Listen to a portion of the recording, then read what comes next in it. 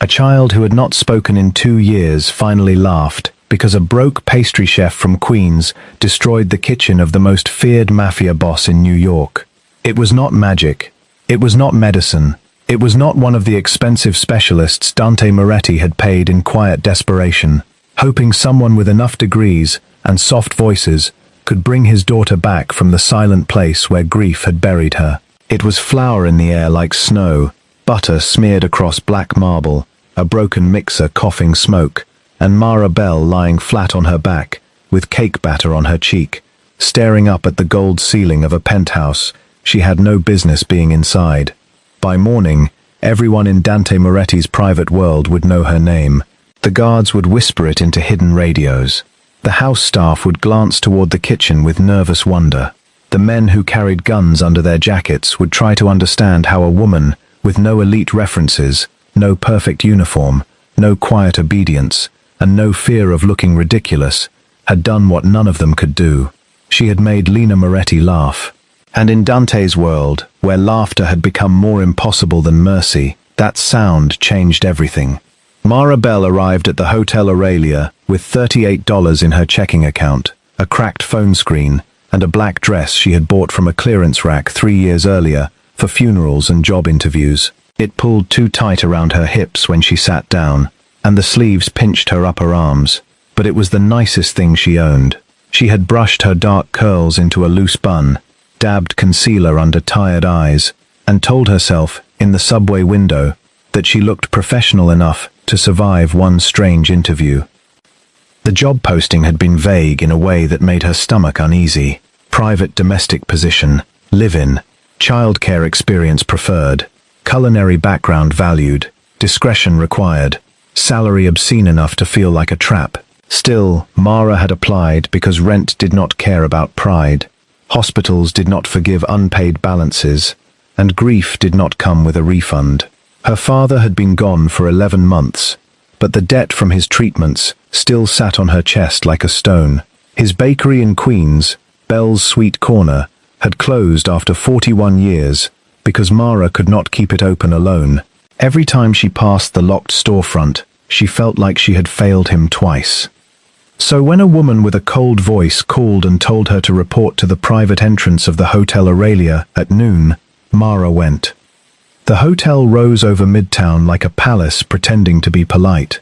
White stone, smoked glass, brass doors, fresh flowers in enormous vases, and people who looked like they had never once checked their bank balance before ordering coffee. Mara stood near the service entrance, clutching her worn tote bag, feeling sweat gather under her arms despite the winter chill. Delivery trucks growled behind her. Men in black suits watched from corners without moving their heads. Even the air seemed expensive.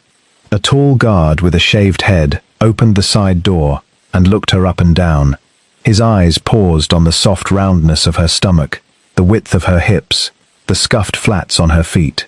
Mara knew that look. She had been collecting it her whole life. It was the quick, cruel math people did when they thought a body told them everything worth knowing. "Mara Bell?" he asked. "That depends," she said, before she could stop herself. "Is this the part where I find out the job is actually selling vitamins from a garage?" The guard blinked, as if no one at the Hotel Aurelia had ever joked near him before. Then he stepped aside. Mara followed him through a back hallway that smelled faintly of lemon polish and hidden kitchens. They passed locked doors, security panels, and staff members who lowered their eyes the second the guard appeared. No one spoke. No one laughed. It was like walking through a beautiful museum after something terrible had happened, and everyone had agreed not to mention it. The elevator waiting at the end of the hall had no buttons, only a small black scanner. The guard placed his thumb against it. A light flashed green. The doors opened without a sound. Mara stepped inside and tried not to stare when the elevator rose past numbers that should not have belonged to one building. Somewhere around the 60th floor, her ears popped. Her hands tightened around the strap of her tote. "So," she said, because silence made her nervous, and nerves made her mouth dangerous. "Is there a handbook for this place, or do I just guess which doors lead to my doom?" The guard looked at her again. This time, there was almost a smile. Almost. "You'll meet Mr. Moretti first," he said. The name moved through Mara like a cold draft. Moretti. Everyone in New York knew that name, even if they pretended not to. It belonged to hotel openings, charity galas, construction deals, court cases that vanished, witnesses who changed their minds, and men who stepped out of black cars while cameras suddenly turned away. Dante Moretti was not just rich. Rich people had magazines. Dante Moretti had silence. The elevator doors opened directly into another world. The penthouse above the Aurelia was so beautiful it felt unreal. Wide marble floors reflected soft gold light from hidden fixtures. Tall windows looked out over New York, turning the city into a glittering toy beneath the grey afternoon sky. There were velvet chairs no one seemed to sit in, art on the walls that looked old enough to have secrets, and flowers arranged with such perfect care they seemed afraid to wilt. But beneath all that beauty, the place felt cold. Not physically cold, worse than that, emotionally cold, like warmth had been removed on purpose. Two armed men stood near the far wall. A housekeeper moved silently past with a tray and did not lift her eyes. Somewhere deeper in the penthouse, a door closed softly. Then Dante Moretti walked in. Mara forgot every sentence she had planned. He was tall, dressed in a dark suit that fit him like it had been made around a warning. His black hair was combed back neatly, his jaw shadowed, his face calm in a way that felt less peaceful than controlled. He did not hurry. He did not need to. The room seemed to arrange itself around him. The guard near Mara straightened. The armed men became still. Even the faint hum of the city outside felt smaller. Dante's eyes landed on Mara. They were dark, steady, and unreadable. He did not look surprised by her size. He did not smile in that polite little way people used when they had already decided she was less than what they expected. He simply looked at her, fully and without apology, as if weighing not her body but her nerve. "Mara Bell," he said. His voice was low and smooth, the kind of voice that could calm a room or end one.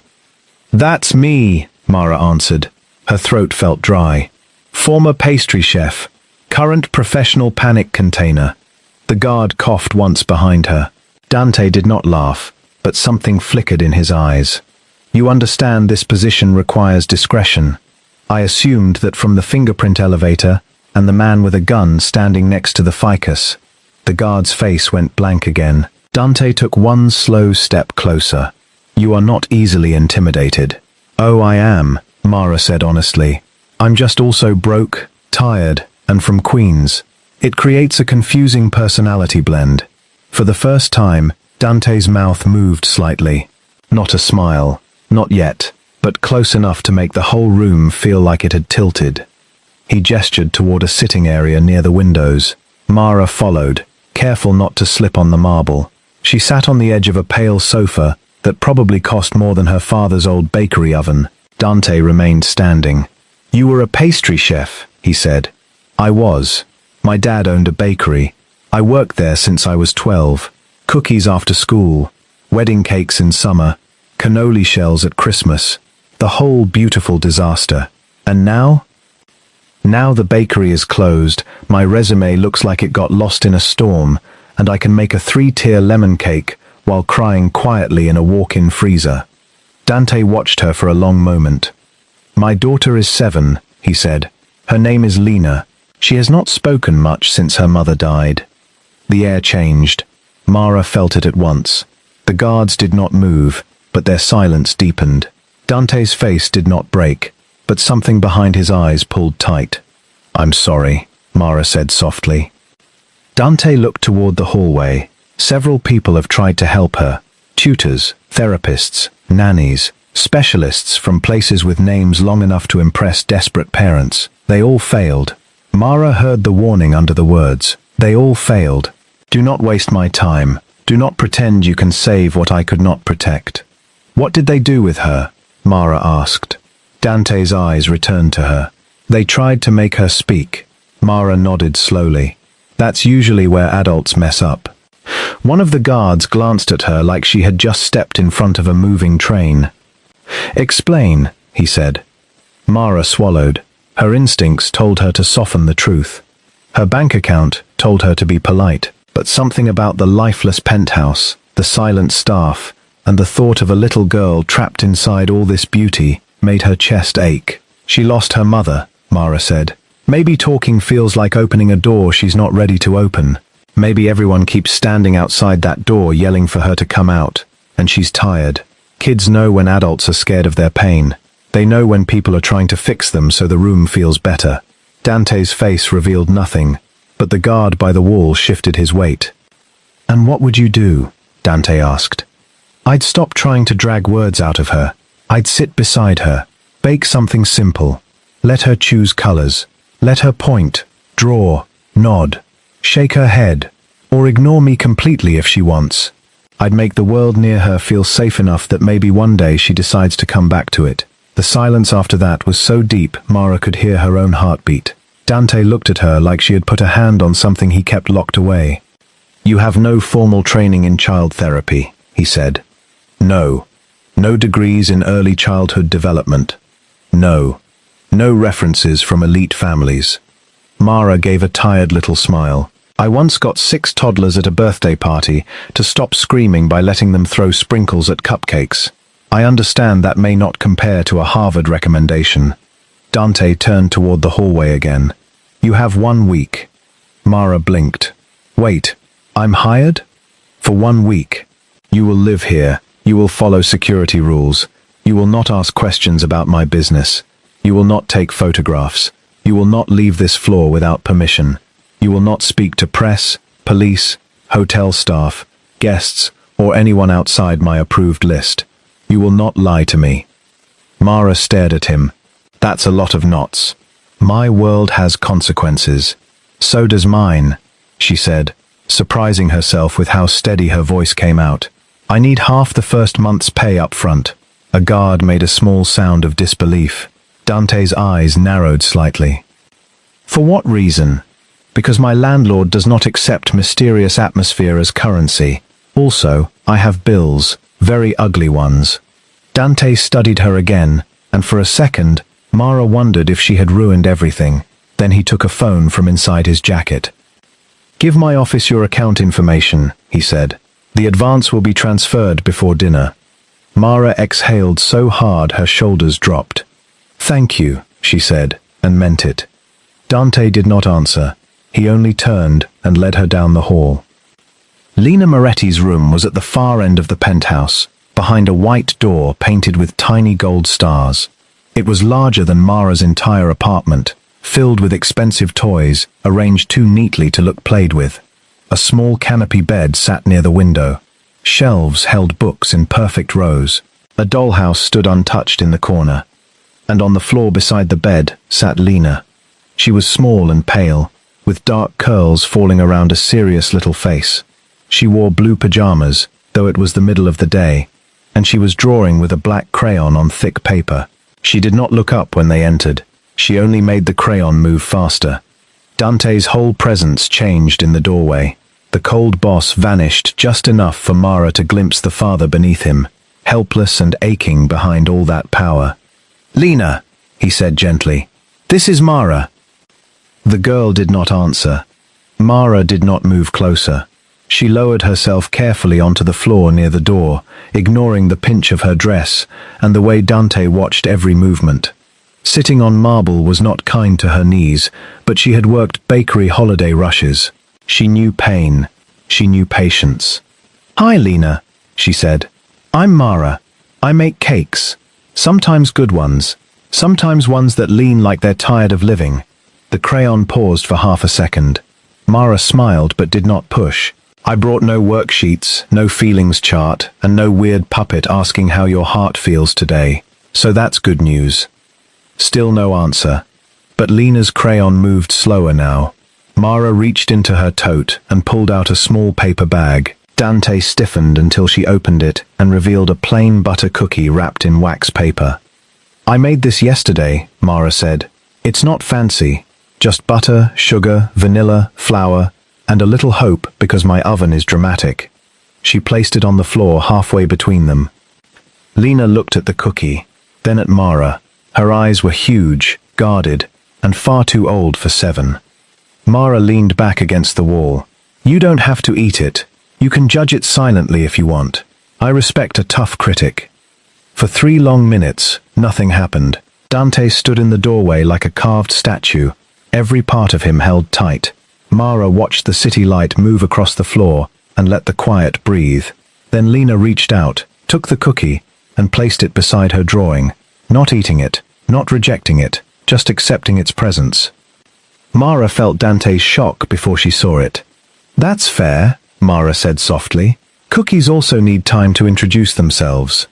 That evening, Mara was shown to a bedroom that looked like a magazine had dreamed it, and then hired staff.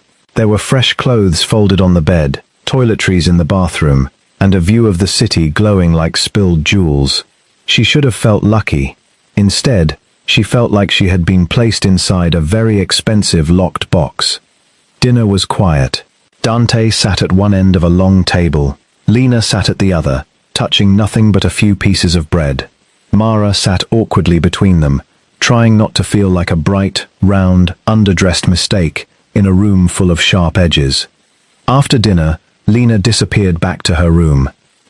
Mara found herself standing in the penthouse kitchen, staring at polished counters, copper pans, and equipment so perfect it made her fingers itch. The kitchen was too clean. Not clean like cared for, clean like no one loved it.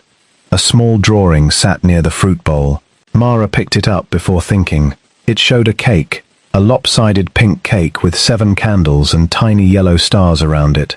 Behind her, the floor creaked. Lena stood in the doorway. Mara looked at the drawing, then back at the girl. "Is this a request or a warning?" Lena did not speak, but her eyes moved to the pantry, then to the oven, then back to Mara. Mara's heart squeezed. "Oh," she whispered, "you want cake." Lena looked down. Mara glanced at the clock, then at the spotless kitchen, then toward the hallway where men with guns guarded a home that felt like it had forgotten birthdays existed. "Well," Mara said, tying a linen towel around her waist like an apron, "your father gave me 1 week. Might as well start with a felony against this kitchen." Lena stayed in the doorway at first. Mara moved around carefully, narrating in a low, warm voice as she found flour, sugar, eggs, butter, vanilla, cream, and a block of chocolate so expensive it made her whisper an apology before chopping it. She did not ask Lena to help. She only made room. After a while, Lena stepped closer. Mara slid a bowl toward her. "You can stir if you want, or supervise with silent judgment. Both are valuable positions." Lena touched the spoon. That was how the disaster began. The first problem was the mixer. It looked beautiful, but had the temperament of a wild animal. Mara clicked it on low, or what she thought was low, and the machine roared to life with a violence that sent flour bursting upward in a thick white cloud. Lena jumped back. Mara grabbed for the bowl, knocked over the sugar, stepped into spilled oil from a bottle she had opened too fast, and slid across the marble with both arms windmilling. "No, no, no. Absolutely not. I am too young to be taken out by cake batter," she yelped. Her foot hit the edge of a rug. The mixing bowl tipped. Buttercream flew. Something cracked. Mara landed on her back with a soft thud, staring up through the falling flour as the mixer made one last sad grinding sound and died. For one terrible second, there was only silence. Mara closed her eyes. "I would like the record to show that the cake attacked first." A small sound came from across the kitchen. Mara opened one eye. Lena had both hands over her mouth. Her shoulders were shaking. Then she laughed. It was tiny at first, rusty and uncertain, like a sound finding its way through a locked door. Then it grew, a real laugh, bright, surprised, breathless. Lena laughed so hard she had to hold onto the counter. Mara lay in the flour, too stunned to move. At the far entrance of the kitchen, Dante Moretti stood frozen. He must have come running at the crash. His jacket was gone, his gun was in his hand, and his face was carved with the terror of a man ready to kill whatever had threatened his child. But no enemy waited in the kitchen. Only broken equipment, spilled sugar, Mara covered in batter, and Lena laughing with flour on her eyelashes. Dante slowly lowered the gun. His eyes moved to his daughter. The sound hit him like a wound and a miracle at the same time. His hand tightened around the weapon until his knuckles went pale. His mouth parted slightly, but no words came. Lena looked at him and seemed to realize he was there. Her laughter faded, but it did not vanish completely. She stepped behind Mara's fallen shape, as if Mara were somehow safer than the Marble Island, the armed guards, and the most feared man in New York. Mara carefully pushed herself up on one elbow. Her cheeks burned. Her dress was ruined. Her hair had escaped its bun. She had buttercream on her chin and humiliation in her bones. "I can explain," she said. Dante stared at her, then at the destroyed kitchen, then back at Lena, whose tiny fingers had curled around the edge of Mara's sleeve. "No," he said quietly. Mara swallowed. "No?" His voice dropped, softer than she thought it could be. "Do not explain." He put the gun away and stepped into the kitchen like a man entering a church after years of forgetting how to pray. His eyes stayed on Lena. She did not run from him, but she did not move closer either. Dante crouched several feet away, careful, controlled, giving his daughter space in his own home for perhaps the first time in too long. "Lena," he whispered. The little girl looked at him. Dante's face trembled once, barely enough for anyone else to notice. Mara noticed. Of course she did. Bakers noticed cracks before collapse. Daughters noticed grief in fathers. Broke women noticed desperation in powerful men, because desperation had the same shape everywhere. Lena did not speak, but she pointed at Mara, then at the broken mixer. Dante looked at Mara, lying in the ruins of chocolate and flour. For one wild second, Mara thought he might be angry. He had every reason to be. She had destroyed what was probably a $5,000 machine on her first night. She had turned his perfect kitchen into a crime scene for dessert. Instead, Dante Moretti did something no one in the room expected. He laughed once. It was low, rough, and almost unwilling, like the sound had been dragged out of him against years of discipline. But it was there. Lena heard it. Mara heard it. Even the guards in the hallway seemed to forget how to breathe. Mara sat up fully, brushing flour from her face. Great. Wonderful. The terrifying employer is laughing. That's either good or the last thing people hear before disappearing. Dante's eyes met hers. Something passed between them then. Not romance. Not yet. Something quieter and more dangerous. Recognition, maybe. Gratitude sharpened by fear. A question neither of them was ready to ask. "Who are you, Mara Bell? And how did you walk into my dead house and make it breathe?" Lena tugged Mara's sleeve once and pointed at the cake pan, still miraculously upright on the counter. Mara followed her gaze. The batter inside was uneven but salvageable. "Well," Mara said, pushing herself to her feet with as much dignity as a flour-covered woman could manage. "The mixer died bravely, but the cake may yet survive." Dante stood too. He reached for a towel and handed it to her. His fingers brushed hers for one brief second. His hand was warm, steady, and much too careful for a man with blood in his reputation. Mara looked up at him. For the first time since she entered the penthouse, Dante did not seem like a monster, or a king, or a warning whispered behind locked doors. He looked like a tired father watching the first small light return to his child's eyes. And Mara, with cake batter on her cheek and fear tucked under her ribs, realized the job was no longer just a job. Somewhere inside this beautiful silent fortress, there was a little girl reaching for laughter, a father drowning in all the things he could not fix, and a hidden danger moving through locked rooms with keys it should not have. Mara did not know about Silas Crane watching from the security office below. She did not know about the messages already sent to the Virelli family, or the photographs taken of Lena's bedroom, or the loose tile in the pantry where a secret phone slept in the dark. She only knew that Lena had laughed, and in Dante Moretti's world, joy was not a small thing.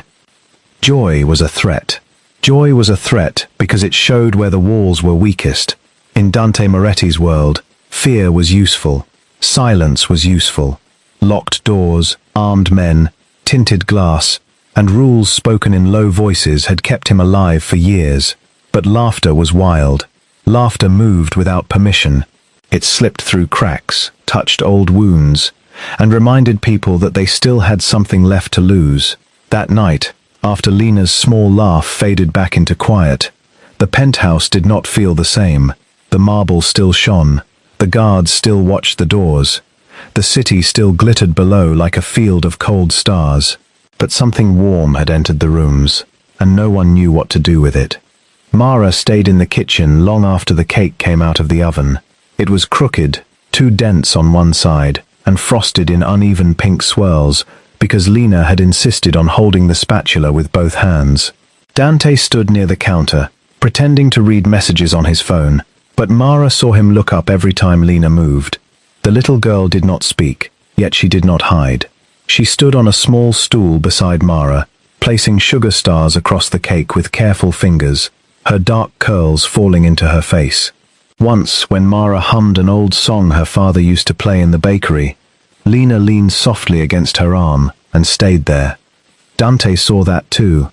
His face stayed calm, but his hand closed around the edge of the counter, as if the sight had knocked the breath out of him. Mara did not point it out. Some moments were too fragile for words. She only reached over, brushed a little frosting from Lena's cheek, and said, "Your cake is already more successful than my last relationship. So honestly, great work." Lena's mouth curved. Not a laugh this time, but close enough. By the next morning, the penthouse had begun to change in small ways that made the staff uneasy. Mara opened curtains Dante had left closed for months. She moved fresh flowers from the formal hall into Lena's room because, as she told a shocked maid, flowers don't need to impress the elevator. She asked the kitchen staff for cinnamon, nutmeg, cardamom, brown sugar, apples, and music. When no one moved fast enough, she found the speaker system herself and filled the kitchen with old soul songs from Queens, the kind her father used to play before sunrise while kneading dough. The guards hated it at first. Their eyes followed her as she crossed the penthouse barefoot in soft pants and an oversized sweater, hair tied up messily, flower on one sleeve, talking to Lena like the girl was simply quiet instead of broken. But by the third day, one guard had started lingering near the kitchen door whenever she made coffee cake. By the fourth, the housekeeper smiled at Lena when she carried a tray past the island. By the fifth, Lena was following Mara everywhere. She followed her to the pantry. She followed her to the laundry room. She followed her to the small balcony garden Dante never used. She sat beside Mara on the floor and drew pictures while Mara sorted through recipes on her phone. Most of the drawings were dark at first. Tall buildings, black cars, a woman with long hair lying on the ground beneath red scribbles, a small girl with no mouth. Mara never took the drawings away. She never gasped. She never told Lena not to think about scary things. She just sat with her and sometimes drew something beside it. A candle, a blanket, a slice of cake, a big round woman with wild hair standing between the little girl and the dark. One afternoon, Lena pushed a drawing into Mara's lap. It showed 3 people in a kitchen. Dante was drawn very tall in black. Lena was small in blue. Mara was in yellow, much wider than the others. Arms stretched around both of them like a soft wall. Mara looked at it for a long time. Her throat tightened so fast she had to swallow twice. "I like yellow," she whispered. Lena rested her head against Mara's shoulder. That evening, Dante found them asleep on the couch in Lena's room. Lena was curled into Mara's side, her small hand gripping the edge of Mara's sweater. Mara's head rested at an awkward angle against the cushions, her mouth slightly open, one sock halfway off. A children's movie played quietly on the wall screen. For a long time, Dante did not move. He stood in the doorway with his hands in his pockets and stared at the two of them, as if he had walked into someone else's dream. Silas Crane watched from the security monitor 2 floors below. Silas had served the Moretti household for 9 years. He knew the codes, the schedules, the staff rotations, the guard shifts, the hidden service doors, the quiet weaknesses in Dante's fortress. He had watched specialists come and go. He had watched Lena grow smaller inside herself. He had watched Dante become colder, crueler, less human with every passing season. But he had never seen anything disturb the penthouse like Mara Bell. She was not polished. She did not belong. She laughed too loudly, asked too many questions, moved things without permission, and made staff forget fear for seconds at a time. Worst of all, Dante looked at her. That was what Silas reported that night through the hidden phone behind the loose tile in the pantry. The woman is becoming important. The child trusts her. Dante watches her closely. Move soon. The answer came back only a minute later. Then use her. Mara found Dante bleeding on the 6th night. She had gone down the service hall after midnight because she could not sleep. The penthouse was too quiet, and quiet always made her remember the last nights of her father's illness, when she had listened to machines breathe for him. She wanted tea, maybe toast, maybe 5 minutes in the kitchen with the soft lights on. Instead, she found Dante leaning against the wall near the private service elevator, one hand pressed to his side, his white shirt dark with blood. For one frozen second, they only stared at each other. Then Mara dropped the mug in her hand. It shattered on the floor. Dante pushed away from the wall. Go back to your room. Mara stared at him like he had lost his mind. You're bleeding. It's not serious. There is blood on your shoe, Dante. His jaw tightened. Mara. No. Sit down. The command landed in the hallway like a slap. One of Dante's guards, already pale with panic, looked at her as if she had just told a storm to kneel. Dante's eyes sharpened. No one spoke to him like that. No one who wanted to remain standing. Mara stepped closer, her own fear burning into anger. You hired me to take care of your daughter. That means I need you alive enough to be her father. Sit down before you fall down, and make this more dramatic than it already is. The guard looked ready to pray. Dante stared at Mara for one long, dangerous moment. Then, slowly, he sat on the low bench against the wall. Mara exhaled and turned to the guard.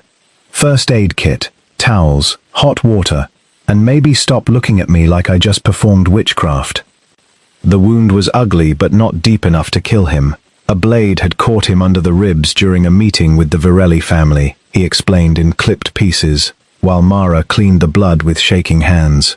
The Virellis had been circling his businesses for months. They wanted his hotel, his ports, his people. Most of all, they wanted revenge for old losses Dante refused to discuss. Mara tried to focus on the wound, and not on the hard warmth of his body under her hands. Up close, he did not smell like cologne and danger the way she had expected. He smelled like rain, iron, and tired skin. His face was turned away, but she could see the faint lines beside his eyes. He looked less like a monster in that hallway, more like a man who had learned to become one, because gentleness had cost him too much. You should have a doctor, she said. I have one on call. Then call him. I wanted to see Lena first. Mara's hands slowed. Dante looked down at her. When her mother died, I was not there fast enough. His voice stayed controlled, but the pain underneath it was raw and old. Mara pressed clean gauze to his side. You can't bleed your way into forgiveness. He gave a quiet, humorless breath. You say very dangerous things. I bake for a living. We're reckless people. Something softened in his eyes. The hallway felt smaller suddenly, the space between them strangely warm. Dante reached up and touched a streak of flour still caught in Mara's hair from earlier that day. His fingers were gentle, careful, almost unsure. You brought sound back into my home, he said. Mara's chest tightened. Lena brought it back. I was just on the floor when it happened. No, Dante said quietly. You saw her without fear. That is rare here. Mara looked down at his hand near hers. His knuckles were bruised. His life was violence, but in that moment, he touched her as if she were something delicate. I'm not fearless, she whispered. I know. The words should not have felt intimate, but they did. He knew she was scared. He saw it. The thought unsettled her more than the blood. Before either of them could say more, a faint buzz came from the pantry down the hall. Mara looked over. Dante's eyes sharpened at once. What was that? I don't know. She stood before he could stop her. The pantry was dark except for a thin strip of light under the door. Mara opened it and heard the buzz again, faint and hidden. It took her a minute of searching behind jars, flour bins, and stacked tins before her fingers found the loose tile. She pulled it back. A phone sat inside the wall. Its screen glowed with a new message. Service elevator route confirmed. Child's room camera active. Take her when Moretti moves. Mara's blood went cold. Dante appeared behind her so silently she nearly dropped the phone. He took one look at the screen, and every trace of the wounded father vanished. The man who replaced him was deadly still. "Who has access to this pantry?" Mara whispered. Dante did not answer because footsteps sounded behind them. Silas Crane stood in the doorway, holding a small pistol pointed at Mara's chest. His face was calm, almost bored, as if this were only another household task. "Mr. Moretti," Silas said softly, "you should have let the girl stay silent." For 1 second, the whole world narrowed to the small black circle of the gun. Mara could hear her pulse in her ears. Dante's body shifted in front of her, despite the blood soaking through his bandage. Silas smiled. "Don't move. You're injured, and I know exactly how fast you are when you're not." Dante's voice was low. "How long?" "Long enough." Silas's eyes moved to Mara. The Varellas paid well, but this one made things difficult. The child was easier when she trusted no one. Mara's fear flashed white-hot into rage. "You were taking pictures of Lena's room," she said. Silas shrugged. "Children of powerful men are not children, they are leverage." Mara moved before she thought. Her hand closed around the nearest pot on the stove, where sugar syrup still boiled from the caramel she had been making earlier. She flung it with a cry. The hot sugar hit Silas's arm and shoulder. He screamed, firing wild. The shot cracked through the pantry and shattered a glass jar inches from Mara's head. Dante lunged, but his injury slowed him. Silas slammed the gun against Dante's wound, forcing him back with a groan. Mara grabbed the marble rolling pin from the counter with both hands and swung with every ounce of strength in her body. It connected with Silas's wrist. The gun clattered across the floor. Silas turned on her, face twisted with pain and fury. "You stupid, desperate woman!" He rushed her. Mara hit him again, not cleanly, but hard enough to send him stumbling into the shelves. Jars crashed. Flour exploded. Dante came from behind him like a shadow and drove him into the wall with a force that shook the pantry door. The fight was short after that. Dante was injured, but rage carried him. By the time the guards reached them, Silas was on the floor, groaning, with Dante's knee in his back and a knife at his throat. Mara stood shaking, gripping the rolling pin like a weapon from a fairy tale gone wrong. Dante looked up at her. His eyes were wild, not with anger at her, but fear for her. "Are you hurt?" Mara looked down at herself. Her hands were trembling. A thin cut marked her cheek from the broken glass, but she barely felt it. "No," she whispered, "but Lena." Dante was already moving. Within an hour, the penthouse was no longer safe. Guards swept rooms. Staff were locked down and questioned. Security feeds were checked and found corrupted. Silas had not been alone in his betrayal. The beautiful fortress above the hotel had been hollowed from the inside. Dante did not waste time mourning the illusion of control. He wrapped Lena in a coat, placed one hand at Mara's back, and led them through a hidden service door behind the wine room. Mara carried a bag with Lena's favorite drawings, 2 sweaters, a tin of cookies, and the rolling pin, because she was not ready to let it go. They did not take the main elevator.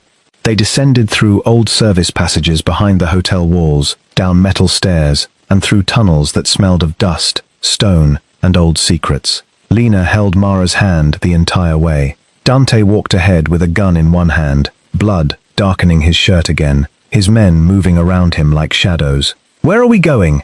Mara asked softly. "Brooklyn," Dante said. "Somewhere they won't expect." The place was an old theater near the river, hidden behind a shuttered facade and a sign with half the bulbs burned out. Inside, it smelled like velvet, rain, and memories. Rows of faded red seats faced a stage heavy with dust.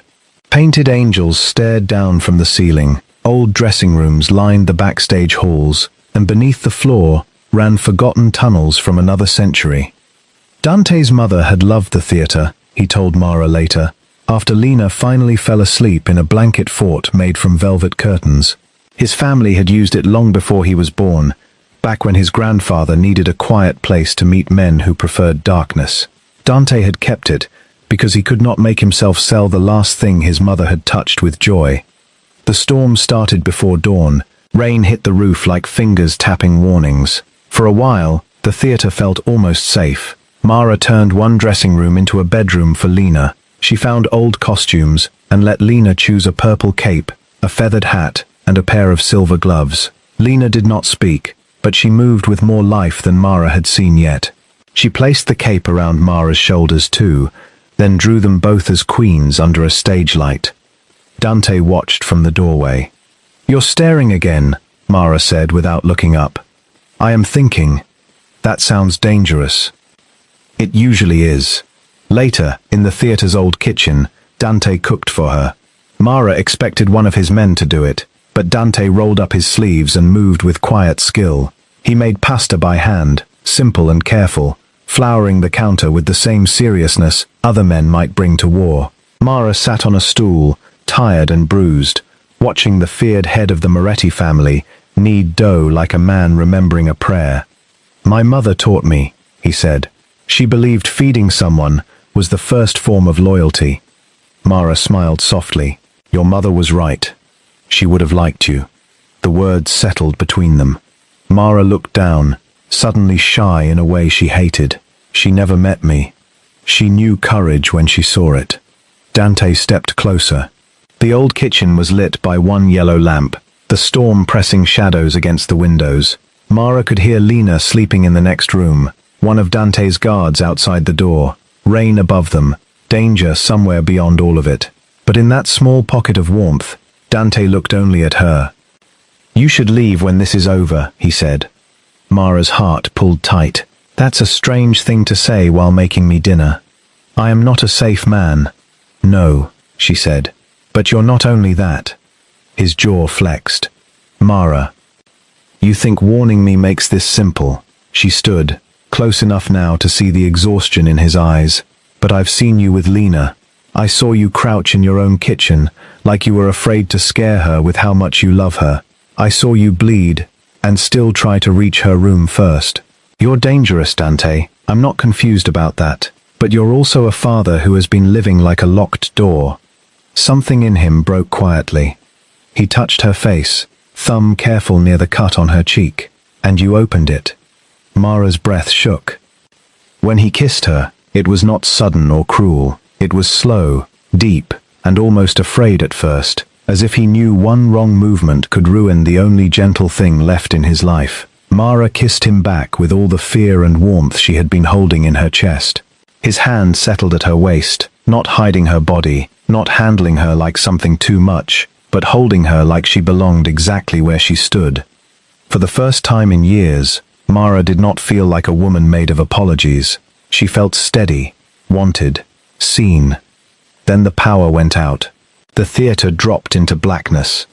A second later, emergency lights flickered on, washing the backstage halls in a dim red glow. Dante pulled away, all softness gone. A distant crash echoed from beneath the stage. His men shouted. The Varellis had found them.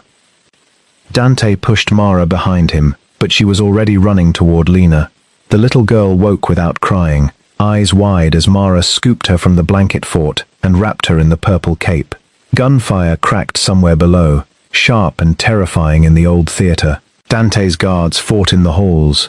Rain hammered the roof. The red lights made everything look like a nightmare trying to become real. Dante led them under the stage to a hidden room behind a trap door. The space was small, lined with old brick and dusty trunks.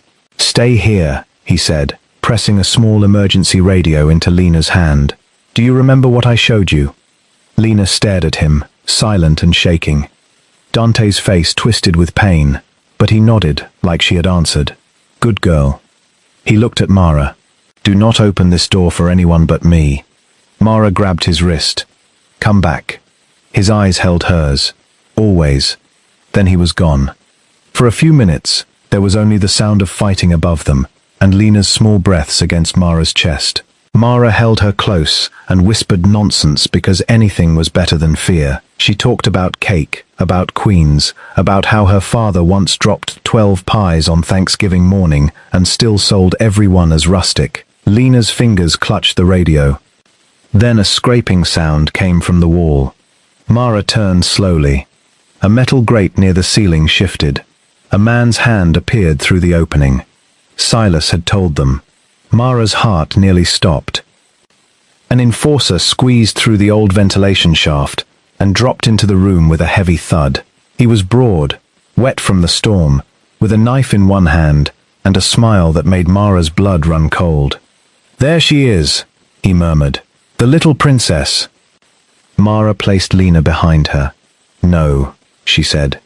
The man looked at her body and laughed. "Move." Mara's fear was huge. It filled her throat, her hands, her knees. She was bruised. She was outmatched. She was not trained for this. She was a pastry chef who knew how to fold dough, calm children, stretch money, and survive grief. But Lena's hands were gripping the back of her sweater, and that made the fear change shape. It became strength. The man stepped forward.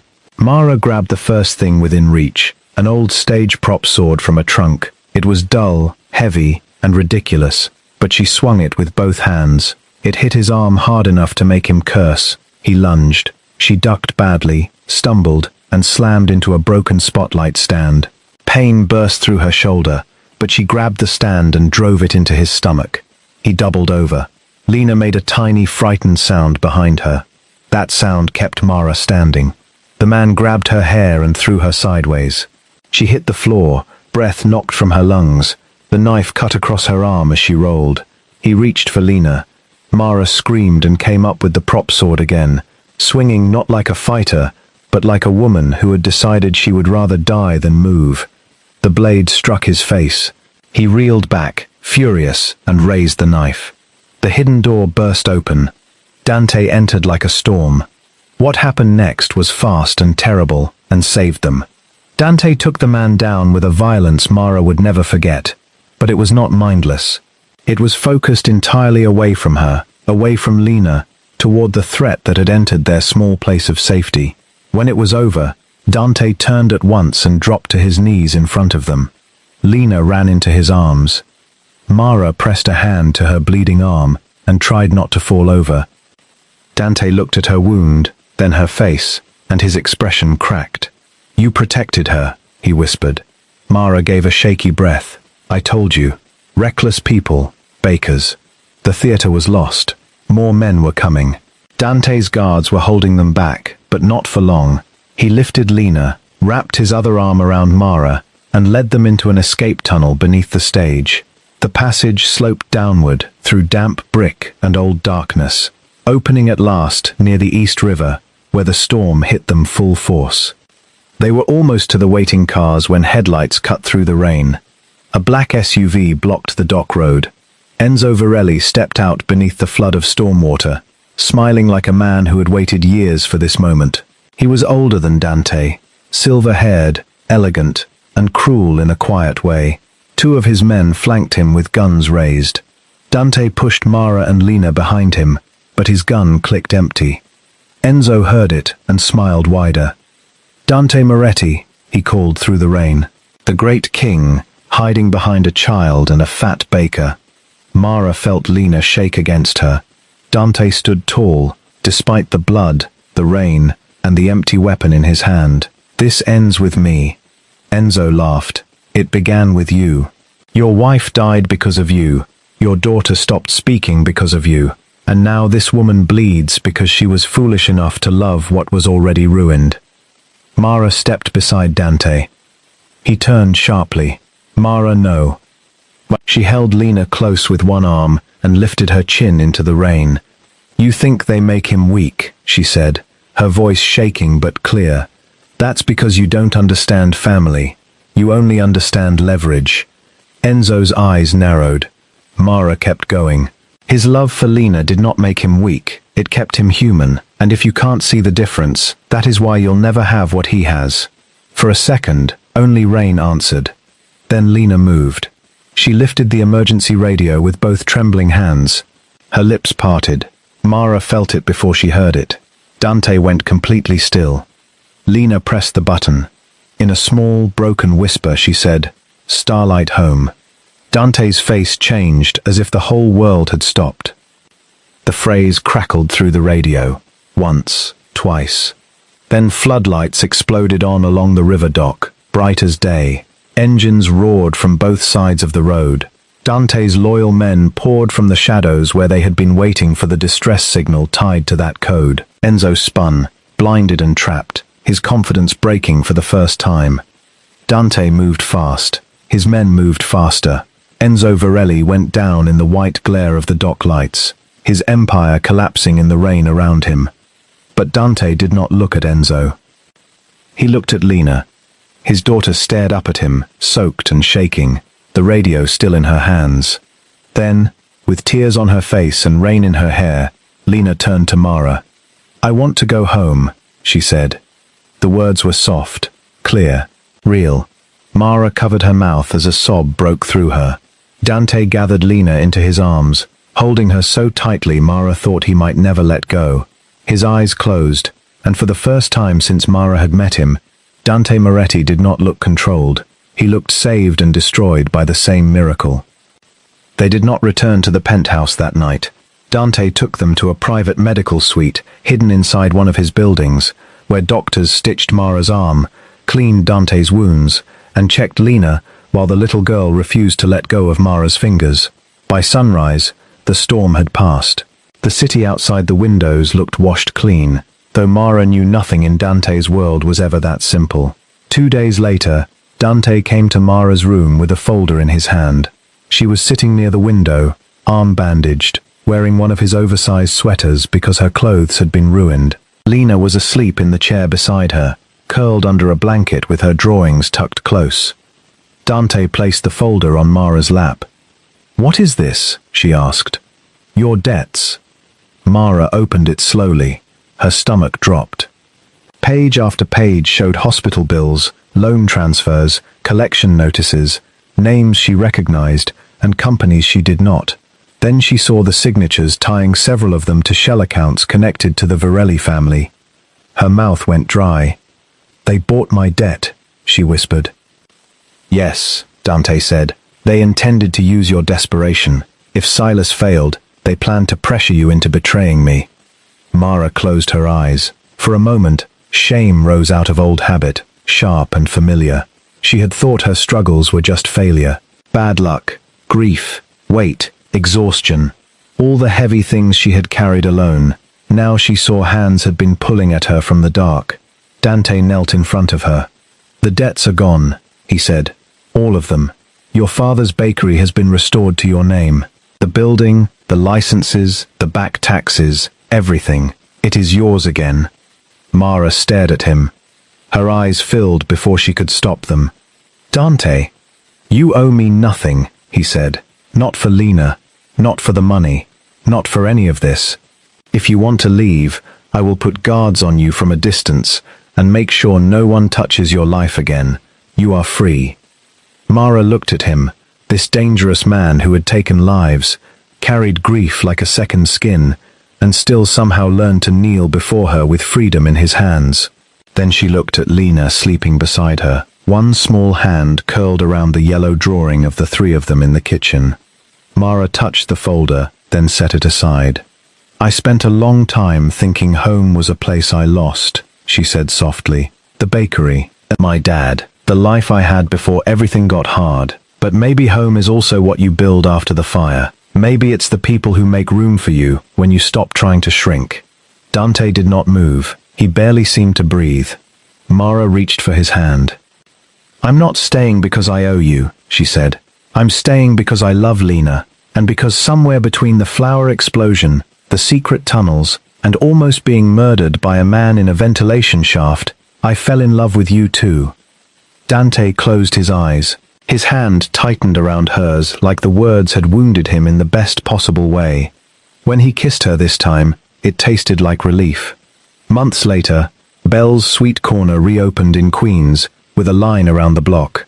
No one knew exactly how Mara had paid for the renovations, though the new ovens were top of the line, the windows gleamed, and the sign above the door looked just like her father's old one, only brighter. People came for the pastries, but they stayed because the place felt warm. It smelled like butter, coffee, sugar, and second chances.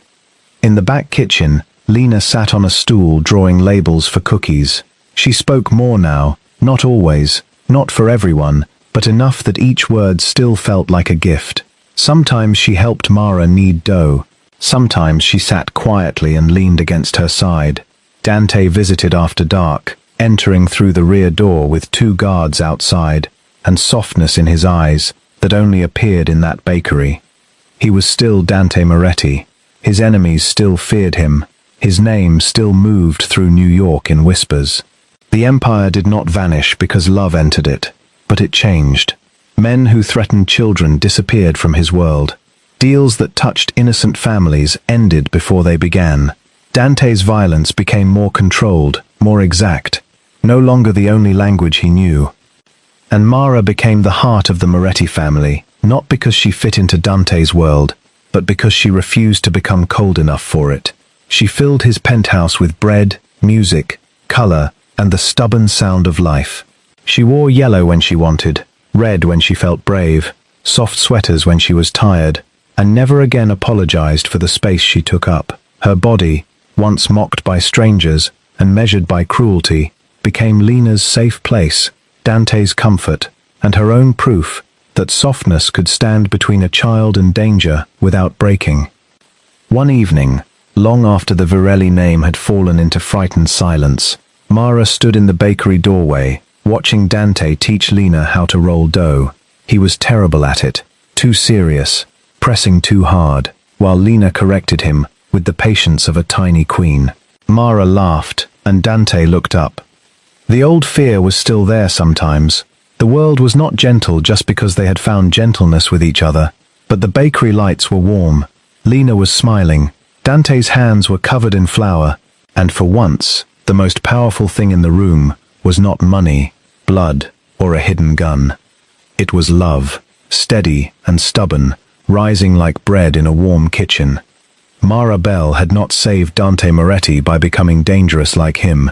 She had saved him by staying warm in a world that tried to freeze her. She had walked into a silent house with empty pockets, tired eyes, and a heart everyone had underestimated, and she had left behind laughter, courage, and a family rebuilt from broken pieces. And in the end, the empire did not bow to fear. It came home for cake,